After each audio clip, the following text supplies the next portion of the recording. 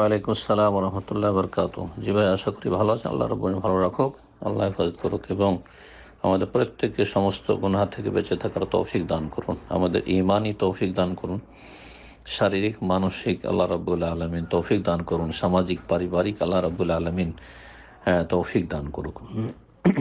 সে ভাইয়ের জন্য নসিহত হবে যে তার ঈমানে দুর্বলতা আছে, বারবার গুনাহে ফিরে যাওয়া, এটা ঈমানি কমজোরির বড় একটা লক্ষণ। ইমানটাকে মজবুত করুক, সেটা হচ্ছে ইমান বিল্লাহ, আল্লাহর প্রতি ইমান। আল্লাহ দেখছেন, আল্লাহ শুনছেন, আল্লাহ জানছেন, তিনি সামিউন বসিরুন খবির আলিম। চিন্তা করুন, বাপের সামনে মায়ের সামনে কেউ গুনাহগুলি করতে পারবে? শ্বশুর শাশুড়ির সামনে পারবে? অনেক গুনাহ স্ত্রীর সামনে করতে পারবেন না। তাহলে আপনি আল্লাহকে এতটা ভয় করেন না বা এতটা লজ্জা করেন না যতটা লজ্জা করছেন বাপ মাকে, যতটা লজ্জা করেছেন শ্বশুর শাশুড়িকে বা সমাজকে, মানুষকে। তারপরে পরকালের প্রতি ইমানকে মজবুত করবেন, কারণ পরকালে আল্লাহর সামনে হাজির হইতে হবে। ওয়াজাদু মা আমিলু হাদিরা, যা করবে তার সামনে উপস্থিত হবে। মা আলি হাজাল কিতাব, এই সহিফা আমলনামা, লা ইউগাদিরু সগীরাতান ওয়ালা কাবীরা, ছোট বড় কিছুই ছাড়েনি, সব সেখানে রেকর্ড আছে। ইল্লা আহসাহা, সব রেকর্ড করা আছে। সুতরাং সাবধান হইতে হবে। আল্লাহর প্রতি ইমান, পরকালের প্রতি ইমান মজবুত করার সাথে সাথে যে কাজটি করতে হবে সেটা হচ্ছে যে গোনা হচ্ছে কেন।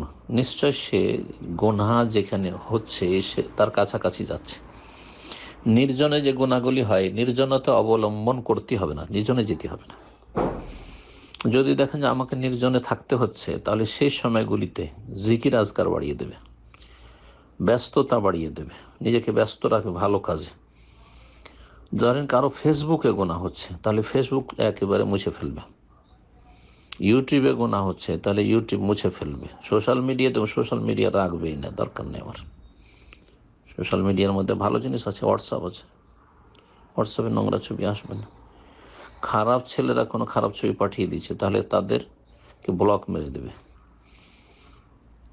যেই জায়গায় বাস করে সেখানে খারাপ লোকেরা বসবাস করে, যার ফলে গুনাহ হয়ে যাচ্ছে, তাহলে সেখান থেকে হিজরত করবে, যে সেখান থেকে সরে যাবে। যেমন কোনা হস্তমৈথুন, হস্তমৈথুন কেন হচ্ছে? সবসময় সে যৌন চিন্তা করছে, ওইসব চিন্তা বাদ দেবে। লজ্জা স্থানে দিয়ে তাকাচ্ছে, সেদিকে তাকাবে না, সে লজ্জা স্থানে স্পর্শ করবে না বারবার। যারা এইসব করে তাদের এই এই সমস্যাগুলি আছে। তারপরে রাসূলুল্লাহ সাল্লাল্লাহু আলাইহি সাল্লামের চিকিৎসা গ্রহণ করে বেশি বেশি সিয়াম পালন করা, সোমবার বৃহস্পতিবার সিয়াম পালন করবে। এই যেমন বীজ মাসের 13, 14, 15 তারিখ এগুলোতে সিয়াম পালন করবে। আল্লাহ রাব্বুল যেন তৌফিক দান করেন। এইভাবে যদি চেষ্টা করে ইনশাআল্লাহ, ইনশাআল্লাহ যে ব্যক্তি চেষ্টা করবে, লাইসা লিল ইনসান ওয়া লাইসা লিল ইনসানি ইল্লা মা সা, মানুষ চেষ্টা করলে অবশ্যই ব্যর্থ হবে না। আল্লাযিনা জাহাদু ফিনা লানাহদিয়াহুম সুবুলানা, যারা আমার উদ্দেশ্যেই সর্বাত্মক প্রচেষ্টা করবে, প্রচেষ্টা করতে হবে, তো অবশ্যই অবশ্যই আল্লাহ রাস্তা দেখাবেন হেদায়েতের। আল্লাহ যেন তৌফিক দান করেন এবং তওবার উপর টিকে থাকার তৌফিক দান করেন। শেষখানে আরেকটি বিষয় বলা জরুরি, সেটা হচ্ছে মওতকে খুব বেশি বেশি স্মরণ করবে। যখনই গুনার দিক মন যাচ্ছে, জিকির আজকার বাড়িয়ে দেবে আর মওতকে স্মরণ করবে, যে এক্ষুনি যদি আমার মতটা চলে আসে, যে গুনাহ আমি যে করতে যাচ্ছি, এক্ষুনি যদি মরণটা চলে আসে, মালাকুল মওত চলে আসতে পারে নাকি? অবশ্যই আসতে পারে। আল্লাহ যেন বেঁচে থাকার তৌফিক দান করেন এবং আল্লাহ যেন সংশোধনের জীবন গড়ার তৌফিক দান করেন।